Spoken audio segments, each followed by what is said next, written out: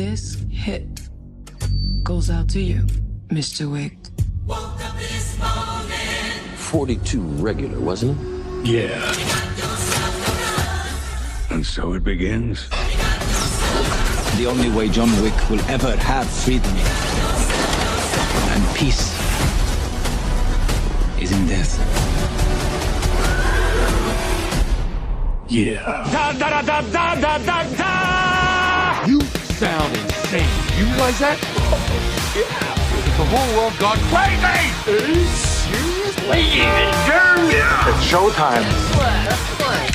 It's the fourth John Wick episode that we've done on Mad About Movies, but probably the dozenth or so conversation we've had about John Wick, because we can't get enough of John Wick. We're here with Chapter 4, the Untitled. It's just Chapter 4.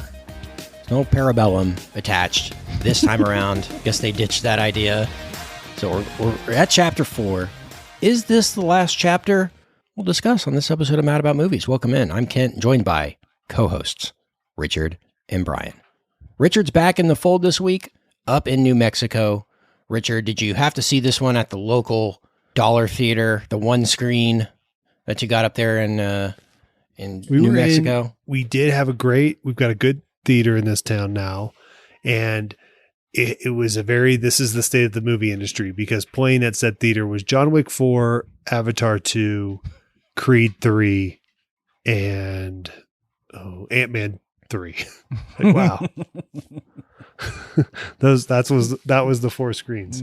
So that was and a little God is depressing. Not Dead 3, right? Also yeah, that was the one we were missing. God's Not Dead 3. God is dead. Spoiler alert. They kill him off in the third one. Yeah, spoiler. Yeah, so it was a depressing, but it was a nice little theater. I'm pumped. Awesome. Got a little option here now. Do they have stadium seating now, Richard? No. God, no. Okay. No, it's exactly as you saw it, I think. You saw what, Phantom Menace there, you said? I saw Phantom Menace at that theater in 1999. And I bet it's 15% better now. Okay. All right. Sweet. Yeah, it was good. I caught this one in Dolby Sound, Dolby Sick. Vision. Look at you. I'm usually not a big buyer in the gimmicky, unless it's like it's IMAX certified or whatever. I'm usually not paying extra for any kind of theatrical experience. But I did the Dolby Vision, and man, that bad boy, it rocked the chairs. Like, that thing was loud as a mother. It looked great. It was awesome. So might have to reconsider if I see Dolby Vision as an option. If you see God is Not Dead 3 in Dolby Vision, it's crazy. Yeah. Last movie I saw was 50 Shades Darker in Dolby Vision. And that was, let me tell you, talk about immersive. You're still just soaked in sweat. I'm really excited for the movie draft coming up soon. So get stoked for that, listener. I think we're doing that next week. We'll probably split it into 2 movie drafts this year, one for Oscar season, one for everything else. So we'll do the everything else probably coming up pretty soon. So get ready for that. And I will have the punishment for last year's movie draft, which is 50 Shades Freed episode coming at you very soon on the VIP feed. Because for obvious reasons.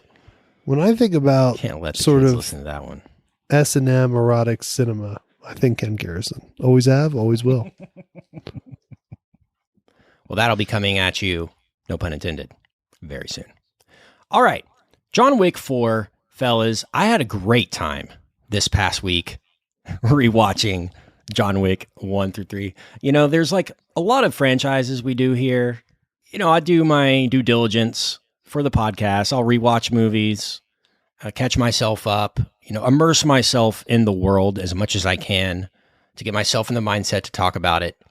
And there's a lot of universes that I just dread going back in. I'm like, oh, another week of this. I am very not looking forward to that. But John Wick, I was excited every single day. It's like, all right, John Wick 1, and then John Wick 2, and John Wick 3.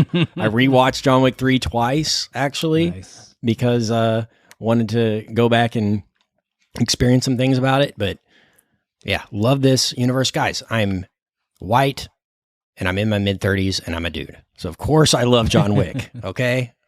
Let's get that out of the way. This is an easy one to love. It's made for us. So, obviously, we're in for this type of thing. But I think this franchise is different than other franchises, fellas. But at the moment of this recording, I can't think of a franchise I viscerally enjoy more than these.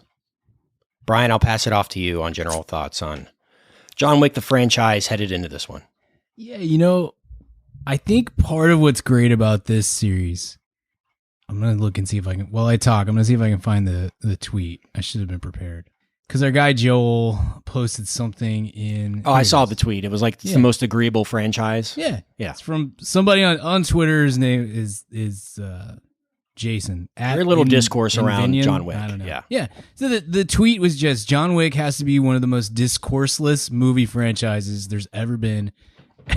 Every new one is just, oh boy, another one. And then when people watch it, it's like, hell yeah, John Wick shot that guy. And that's exactly what it is. It's, as somebody who really does like blockbuster and big franchise movies and stuff like that, like, I fully admit that while contributing to it, one of the biggest beatings surrounding movies is the fanboy culture of it all, and having to have conversations about movies and wondering if the person that you're talking to doesn't like a movie because it had some bad dialogue and was poorly made in places and the editing was bad, or if they don't like that movie because there's a woman who talks, and like having to deal with just like, or it didn't jive with their fan theories of what should be happening in that franchise and stuff like that.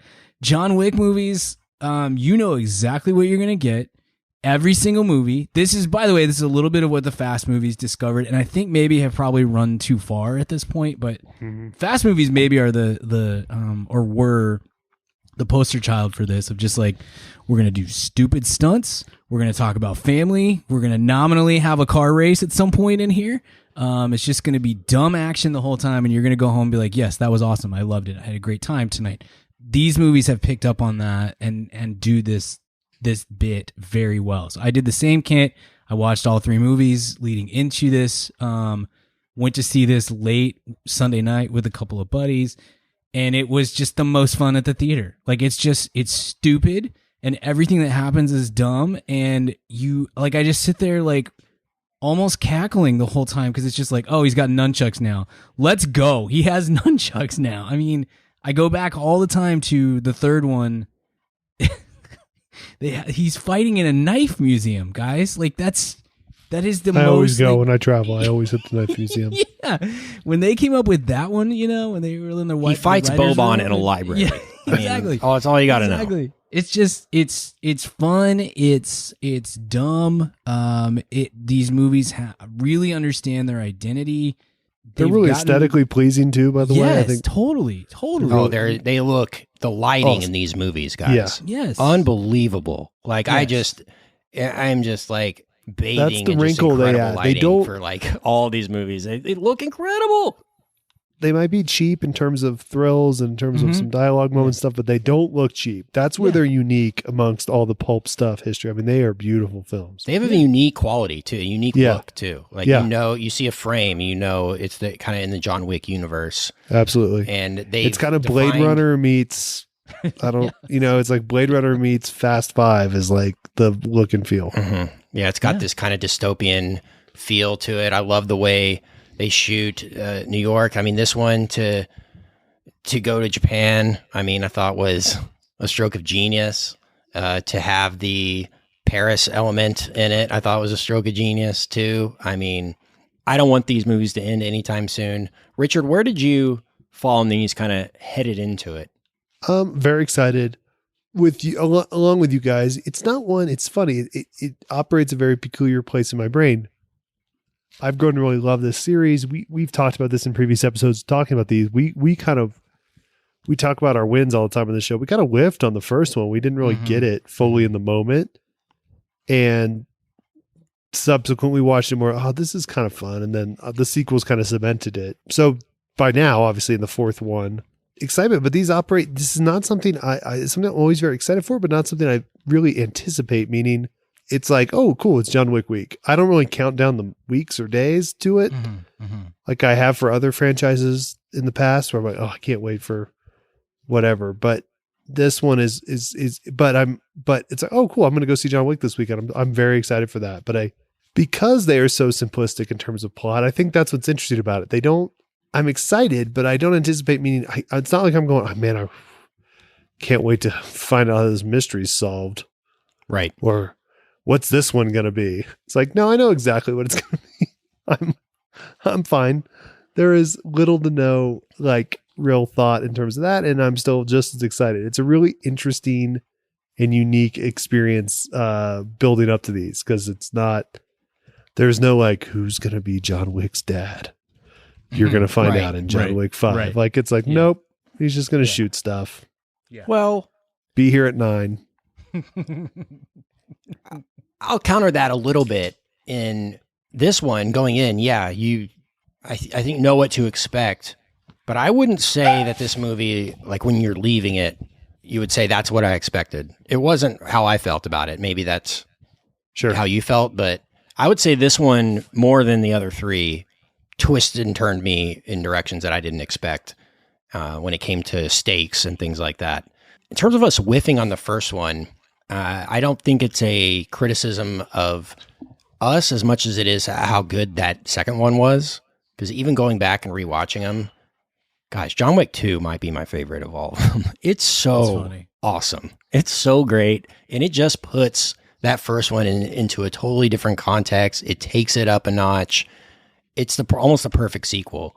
And I can't act like that doesn't exist. You know, that's what it is for me. Cause I'll kind of split the difference. Cause I think the second is for me is the quote unquote worst of the 4, but they're all super fun. But there is something about the second one from my own experience that was like, I remember being about halfway through that movie and it suddenly was like, oh, I get it now. Like, dude, I don't know. Second one, I don't really know why, but it did contextualize the first one. Like I kind of went to watch the second one being like, ugh, I don't know that I care about this. And an hour in, I was like, I super care about this whole franchise. And I don't know why, because it's not like there's something about the second one for me that contextualized the first one. And then I was just all in on this series. The exact moment for me where it is when they put the international hit out on John Wick and they send the text message to everybody. And then everybody just turns and looks at Wick and like, he's the most wanted man in the world. And that's all this movie is now, is everyone's just trying to kill John Wick. And I was all in once that plot device was kind of revealed. I'm in for the blood oath stuff, and you got to take down these mobsters and all that, you know, wife gave him the dog. Okay, that's all fine. But once they take it to that level of international espionage or whatever, and I don't know, they just keep upping. I think that's a great device to use, which they use in this movie brilliantly, is let's just up the dollar amount and it just gets more and more intense. Guys, Keanu Reeves in these, I can't believe he's able to do this choreography, this stunt work. He did 90% of his own stunts in this movie. And I think I know the sequence where he didn't do his own stunts, but we'll talk about that. But the amount of like memorization and just physical toll and training that he has to go through to do these movies, I've never seen anything like it. He's in every scene of this movie and he's fighting for 2 hours straight. I mean, imagine how many how many takes they had to do, how much training he had to do. He had to memorize every single element of where to have the gun and every single, I mean, we talk about acting as like dialogue and emotion, but like it's a total nother level of acting that I've never seen at this level before. It's crazy. It's Cruisian. It's the only thing I can really compare it to is Jackie Chan. Yeah, that's fair. He's just bringing this entire physicality to what he does. And the one-liners, the John Wick character himself, I think Keanu's a fine actor. I think he hams it up so hard on purpose for this movie, where he knows that it's everything he says is a one-liner. It's like, I'm ready. I'm going to kill you. You know, it's just the most overly dramatic. Just like he's trying to do a 1984 Schwarzenegger movie. Like that's the mindset he's in, and I'm all in for it. Like he knows exactly the tone to hit. Still kind of cringy, but not like he's got a B movie quality to it. But it's not full B movie. You know what I'm saying? Like no, he's perfect for these. I mean, Yes. that is part of the John Wick mystique, and like why these things work is because I think Keanu Reeves. If you talk to anybody who has had any contact with the industry, like at all, every single person will say Keanu Reeves is the nicest, greatest human that I've ever come across in all these things. I think he is a great guy.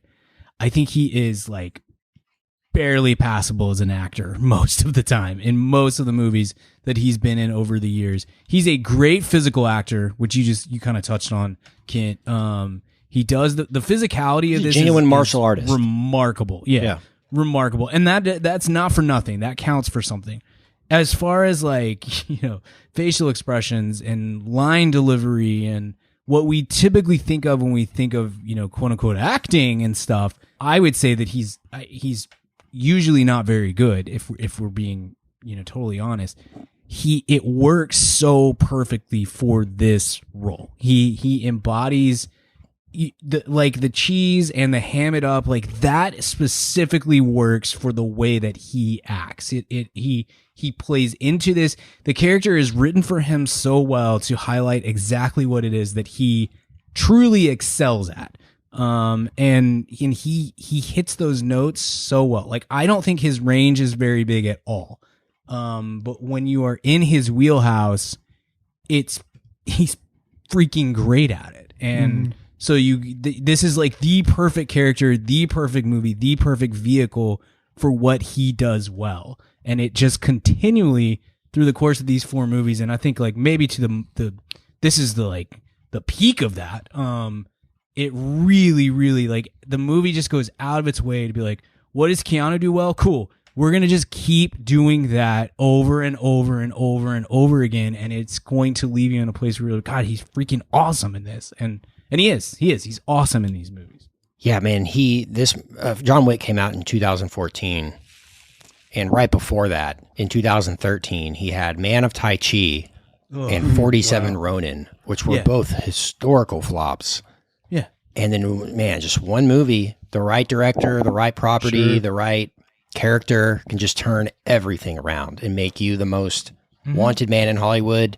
He makes a couple John Wicks, and boom, Toy Story 4 is calling, and we want to reboot The Matrix, and we want to do another Bill and Ted, and all this kind of stuff coming back his way. But if 47 Ronin comes out in 2020, I feel like it's probably pretty, like if it comes out post John Wick, it's probably pretty successful. They have got like, 75 Ronin by now or whatever it is. But I've always admired his commitment to what he does, the martial arts aspect of it. I think that's certainly a lost art in Hollywood nowadays.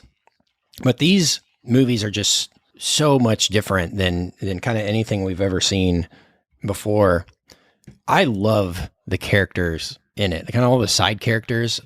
Ian McShane's one of my favorite characters. Yeah. Winston is such an awesome character. Such a cool Like character. I want him on screen more than John Wick. He's so Jonathan. Hello, Jonathan. Like, God, what a freaking great character. Such a give cool me an looking entire dude, series too. just on. It sounds like we're getting that actually, aren't we? About the Continental. Yeah. God, give me that all day. He's awesome in these.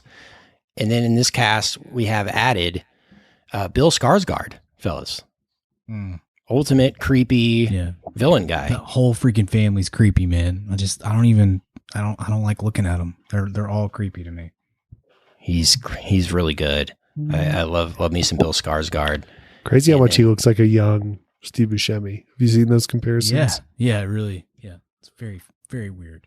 We also have Donnie Yen, fellas, of Ip Man. Awesome. Let's fame. go. That's so great. So we're setting up for a John Wick v Ip Man battle. It's what you would think going into this. The way they go about getting to that, I thought was really, really fun as well, with Marquise de Gramont, Skarsgård's character, essentially setting up Kane, Yen's character, to face in this duel with him. What was your favorite moment in this movie? These movies are known for moments. It's what I leave thinking about is this one scene or this one kill or this one action moment. What for you was the moment, Brian? For me, it's that first bout with Donnie Yen in the museum, art museum thing. Good grief. Yeah. So good.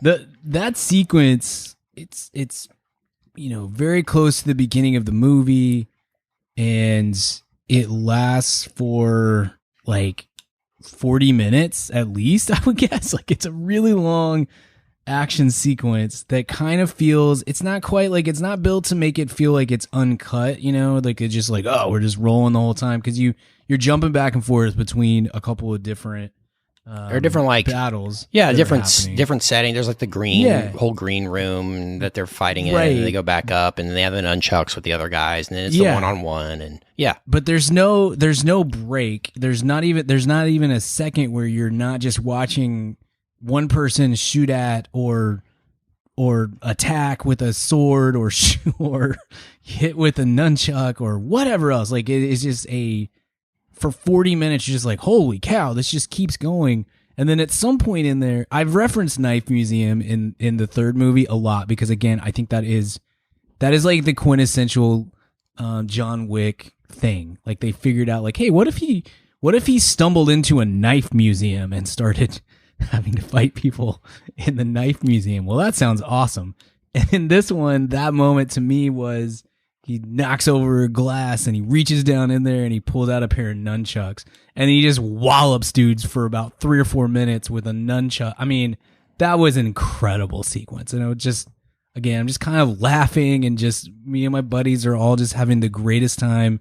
And yeah, that there's a lot of great set pieces in this thing. The arch is great. The stairs is the car sequence, the arc. God, that was great. Yeah, a lot of great sequences. The way they had his door torn off so you could see him the entire time. So smart, man. Was so cool. Yeah. What a nice little detail. Speaking of details, the detail when he takes his coat off late in the movie and you just hear bullet shells like hitting the ground. Yes. As he's taking those small so little funny. things I just love about this series. They get it. Yeah. So John Wick wants to basically retire, right? But he can't retire. He's been pulled back into this thing. People say like, all this is because a dead dog. No, it's because the dog was given to him by his wife. So that's what this all comes back to. The Kane character reminded me, obviously, of his character in Rogue One, right? Being blind, the blind Jedi. I don't know why that's a thing, but okay, let's just have Donnie Yen be a blind martial artist in movies. I think that's a good bit. He does it well. And it worked incredibly well here with the pistol. And I don't understand how they choreograph some of this stuff. I mean, it's like multiple things happening at once. And like one thing messes up, you kind of have to go back and reset everything, and breaking glass. And I would love to see the behind the scenes on this one, because I just think from a technical aspect, this one turned it up to 11.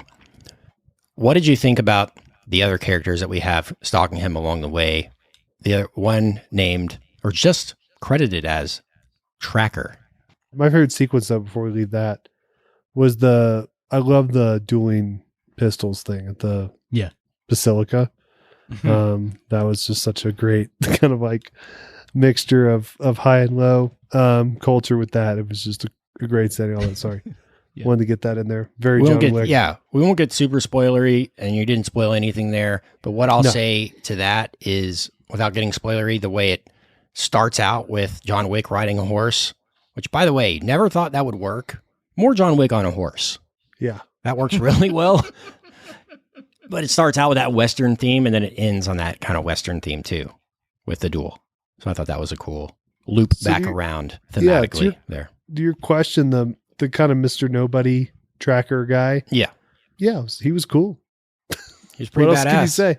Yeah, that's a cool character. That was menacing and everything I would want. So I want to talk about what his character might mean a little bit later. Yeah. But I thought that was awesome. What did we think about the poker scene in the movie? He goes to Berlin, trying to get back in this, trying to kill Berlin in this kind of movie. Yeah. Man, the locations, I'm telling you, are just incredible.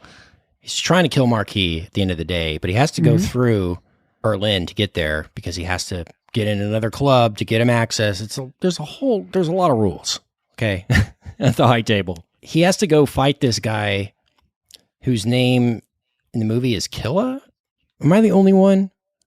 I thought that was Tom Hardy for like the entire time in a fat suit. I was like, oh, cool. Another inaudible Tom Hardy role that we didn't know about. He's playing a weird guy. Great job, Tom. Then I leave and go look it up, and it was understand what he said. That's it was Scott Adkins. Yep. He invented the diet, right? The Adkins diet. Yeah. Very random Tom Hardy appearance, but that character was fun. Really fun sequence there with the poker game. And then it all sets up for the duel. The way that Marquis ups the ante. What do you think about the radio bit at the end? It's awesome. It was awesome. Yeah. Like I will say that's where these movies like kind of like this movie's way too long. We acknowledge that. That's part of it feels like we're contractually obligated to say that every week. Yeah. I will say though, with this one, I was like, I didn't really feel it. I mean, I knew I was in the theater for a really long time. But most of it, I'm having such a good time that it didn't bother me. But in principle, I would say a John Wick movie needs to be 2 hours or less. It cannot be a 3-hour experience like this thing was. Mm-hmm. It's not really mythology, but the infrastructure, I guess, of this whole world that they've created here with the Continentals and the assassins and the combination of technology with sort of anachronistic technology, I guess, or old world kind of mentality on these things. I think that stuff rules. Like, I think it's so much fun. And I typically would like the Aliens movie. I would say a problem with the more recent Aliens movies is that no one cares as much about the mythology of the aliens as Ridley Scott thinks that we do. And so I would say you're kind of risking that with these movies too, of like the more you dig into the Continental and the network and you reference the radio thing, Kent, and all this sort of stuff. You run the W killed in action. Right. You run the risk of people kind of checking out because it's like, I'm just here to see John Wick kill people, and people try to kill John Wick, but like I actually think it makes this a cooler universe and kind of opens up, like, obviously they're trying to open up spin-offs and whatnot, and we know they've got the Continental series is coming and Ballerina's coming maybe next year and all this kind of stuff. So that's part of it, but I actually think that stuff is pretty great, and it builds to me at least, it builds the fun of this whole world. Like, at some point we'll get tired of John Wick movies, but we're 4 in and they get longer. The movies get longer every time. There's more and more to them. We delve further into this weird world that we've built here. And I think it gets more fun by the movie. I love all that stuff. I think it's really, really enjoyable and keeps it from becoming just a tedious, now he's going to kill this. Okay, now he's going to kill. Okay, now he's going to. I think there's something to it's a whole world that building stuff. thing. Yeah, that I think is fun. Yeah. There's more to look into than just the kills on the page. I wonder if anybody, I'm sure they have, I don't know if with this most recent movie included, if they've added up how many people John Wick has killed in these movies. It's got to be like 500 by now or something crazy, right? Sure. It's nuts. Yeah. One of the most impressive he things... might kill 500 in this movie alone. I mean, seriously. Yeah. One of the most impressive things about him is, A, his awareness of his surroundings. His ability to reload is amazing. The ability to know what weapons are around him, too, that he can use. Like, when he runs out of bullets and doesn't have time to reload, he'll grab another weapon, fire off 2 bullets, and then go back to his original weapon once he has the time. Like, all of those little details are amazing to me. I loved when Marquis keeps upping the money at the end to try to get him dead. And then it sets up for that last sequence of him on the steps. And it just goes forever. And when he falls down the steps, like there's audible laughter in the theater when that happens. It's just like, this guy's indestructible.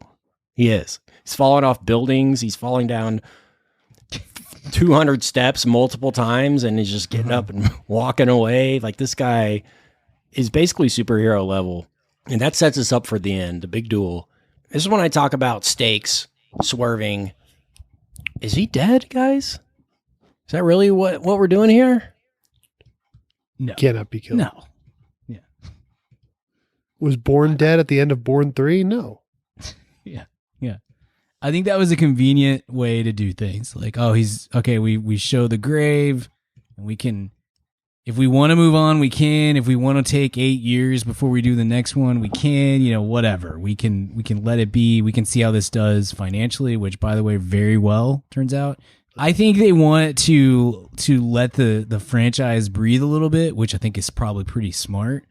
Do these spin-offs and all this kind of stuff. But I think when they need John Wick, they will be able to make a John Wick movie again when it's time. Well, the multiverse of Wick.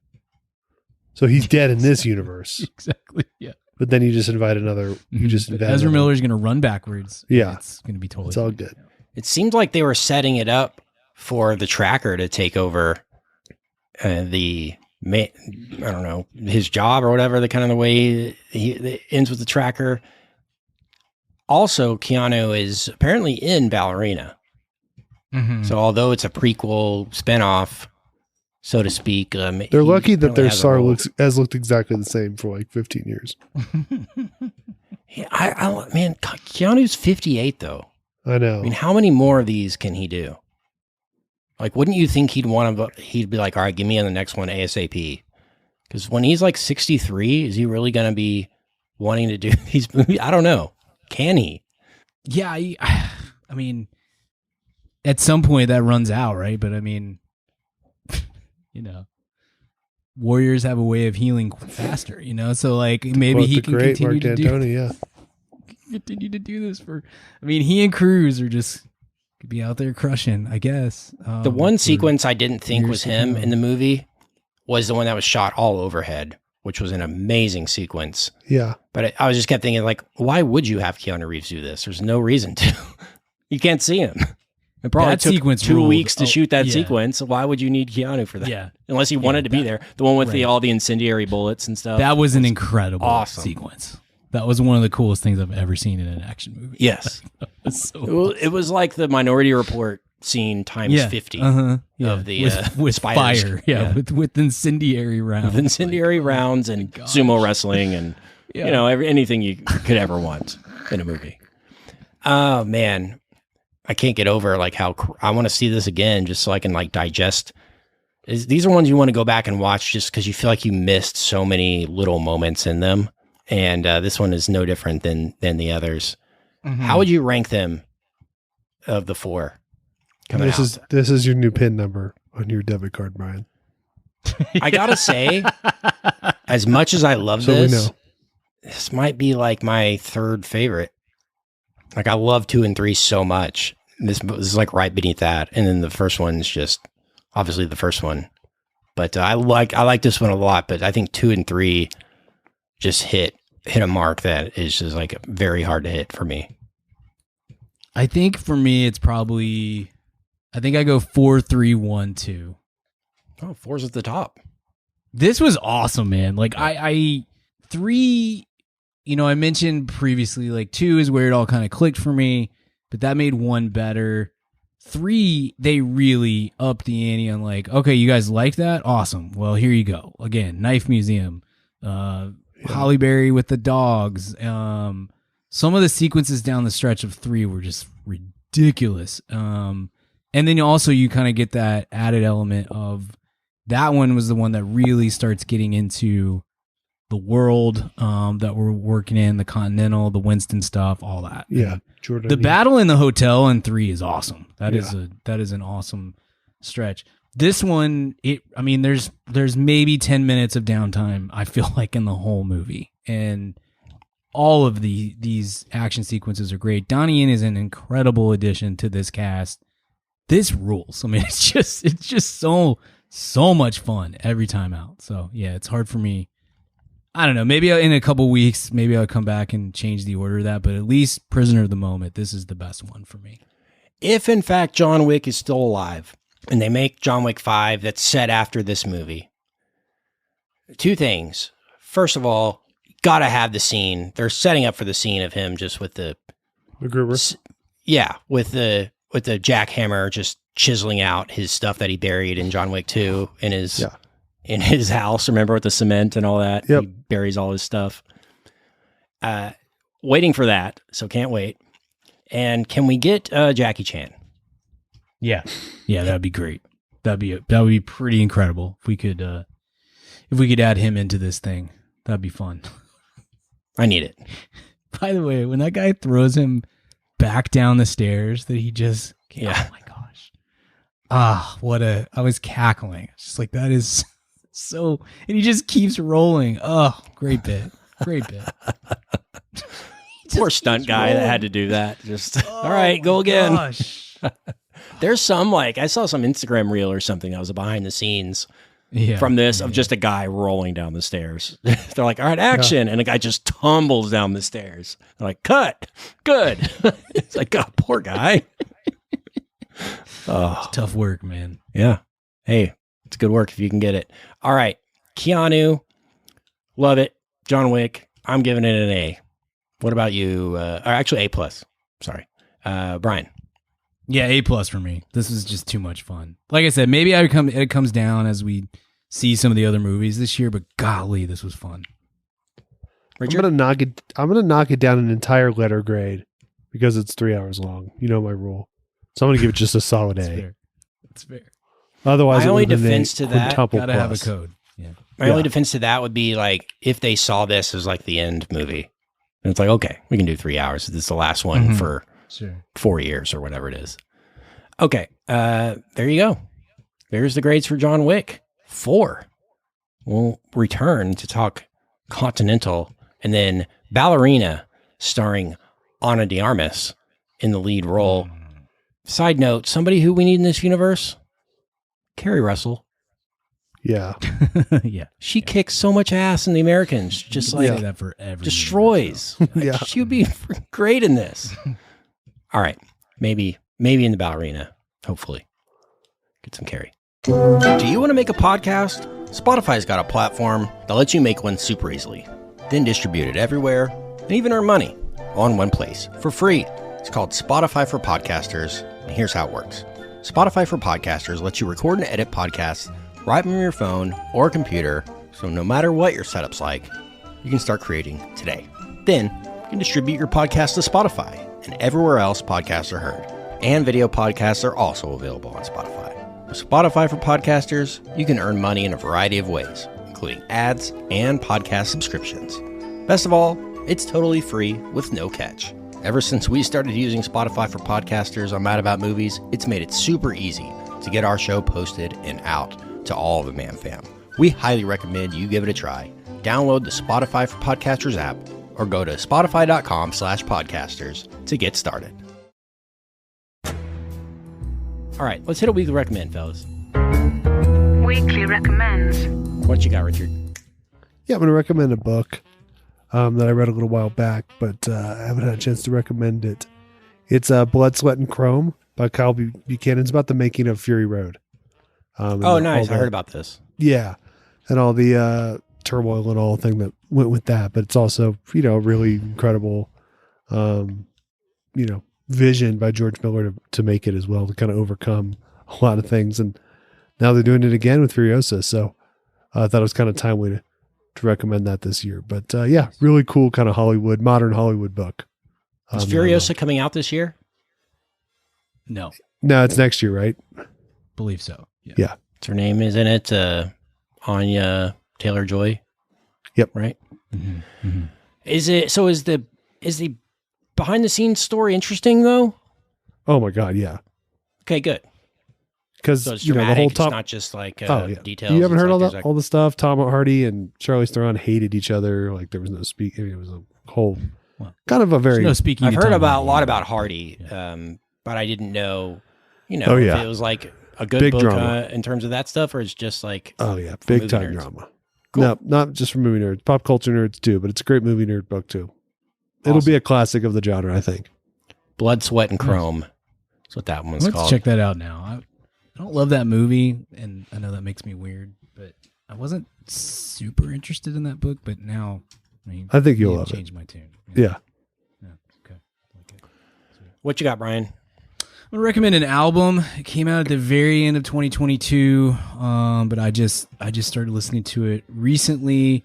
The artist's name is Adeem, the artist. The album is called White Trash Revelry. That is a word I struggle to say. Revelry. It's like alt country Americana kind of stuff. That's that I really dig, and but it's very.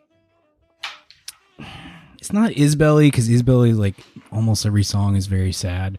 It's a little more upbeat than that, but there's messaging and words that are it's very well written. He clearly has like a social bent on, or social justice bent on a lot of the stuff that he writes about.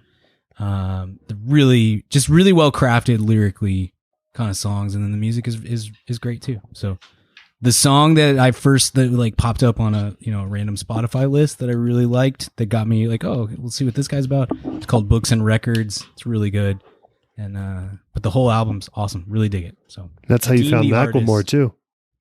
Say it again. That's how you found Macklemore too. That's true. Yeah, and every day is an adventure in Macklemore. So. And in the moment, that's your alarm clock. City can't hold Brian. Yeah. Never has been able Can't to. hold me. That's right. Yeah, North That's what Richland Hills everyone cannot says hold about Brian. me. Yeah. I'm going to recommend a book, and it's the Rick Rubin book Oh yeah, nice. called The Creative Act, A Way of Being.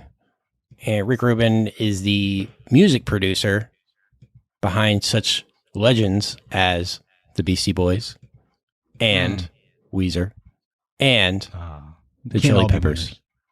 Oh, can't all be winners. That's tough. Rubin knows that Frusciante Usually successful. is the heart of the Chili Peppers. And always has been. No one says that. But this is kind of, it's not like, here's how I produced this band and here's the story of this song. It's way more broad and just like how he approaches creativity, how he gets inspired, how, some methods that like, oh, this artist is going through writer's block. Here's something we did to get them out of it, and it's the way it's broken up into really short little, almost daily, like daily reads type of thing. Chapters are like 3 or 4 paragraphs long. It's broken up into really small chunks, so it's easy to digest.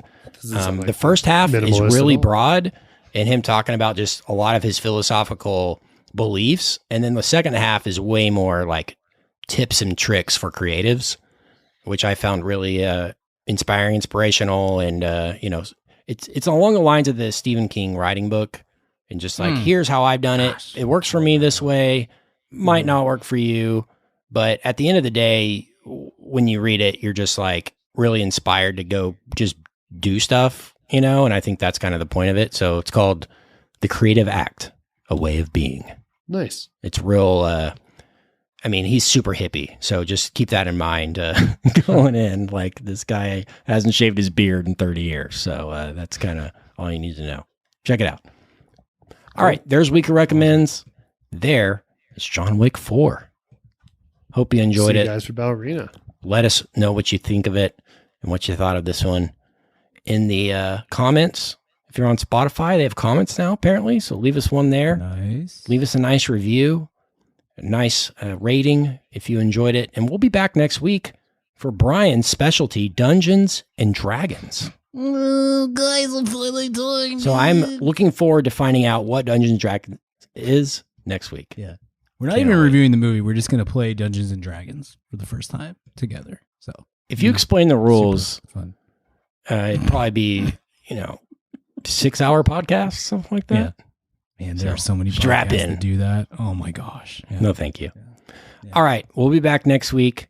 More movie talk, but see us in the VIP this week for Cleopatra Talk, which is one of the all-time flops, a historic, talk about behind-the-scenes drama, historic behind-the-scenes drama that we dive into this week in the VIP feed. So check that out. madaboutmoviespodcast.com/VIP. We'll see you next time at the cinema. Goodbye.